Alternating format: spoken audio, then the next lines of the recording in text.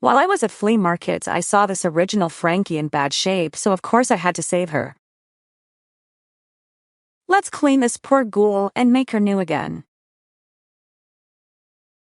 Wash the hair very well.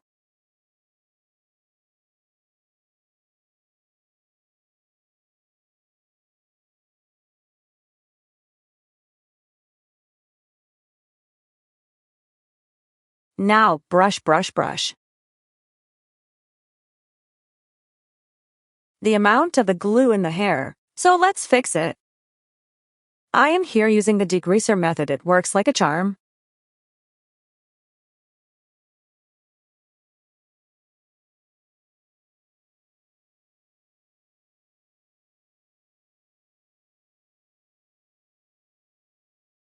I also use the baby powder method just to make sure the hair is completely glue-free.